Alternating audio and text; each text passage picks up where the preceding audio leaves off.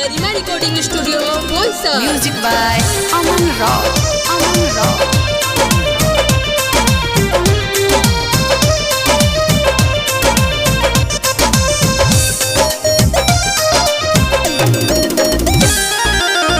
जाई के विदेशवा हो देई के कलेसवा हमारा बतैला न विचार।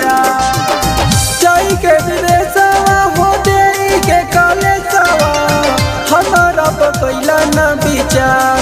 अरे अलगा अलगा कहतारी हमारो जेठनिया चली कैसे घर परिवार।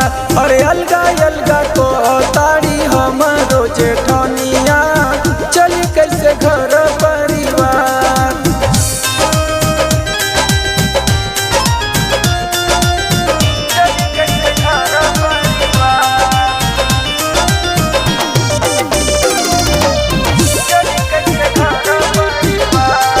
गरिमा रिकॉर्डिंग स्टूडियो बोईसर।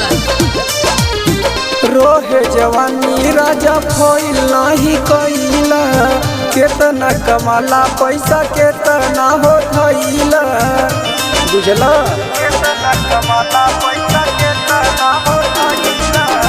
रोहे जवानी राजा खोइल नहीं कइला केतना कमाला पैसा केतना हो थइला। डूब मारू कहतारी सासुरे हरमिया तोहरा बिना बानी हम लाचार। डूब मारू कहतारी सासुरे हरमिया तोहरा बिना बानी हम लाचार।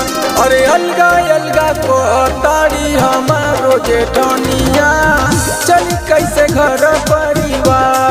अरे अलगा अलगा कहतारी हमारो जेठनिया चली कैसे घर परिवार। अमन रॉक।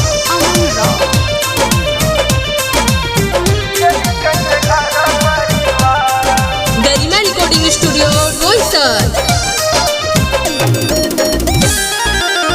आके हिस्सा बखरा के खीसा छोड़ाई बाबूजी कहेले बेटा झमन कहिया आई।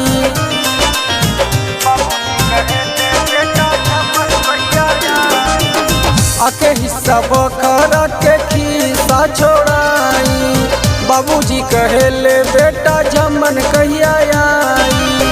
यहो संजय साजन सैया सुना हमर बतिया भसुरब बोरी होतिया।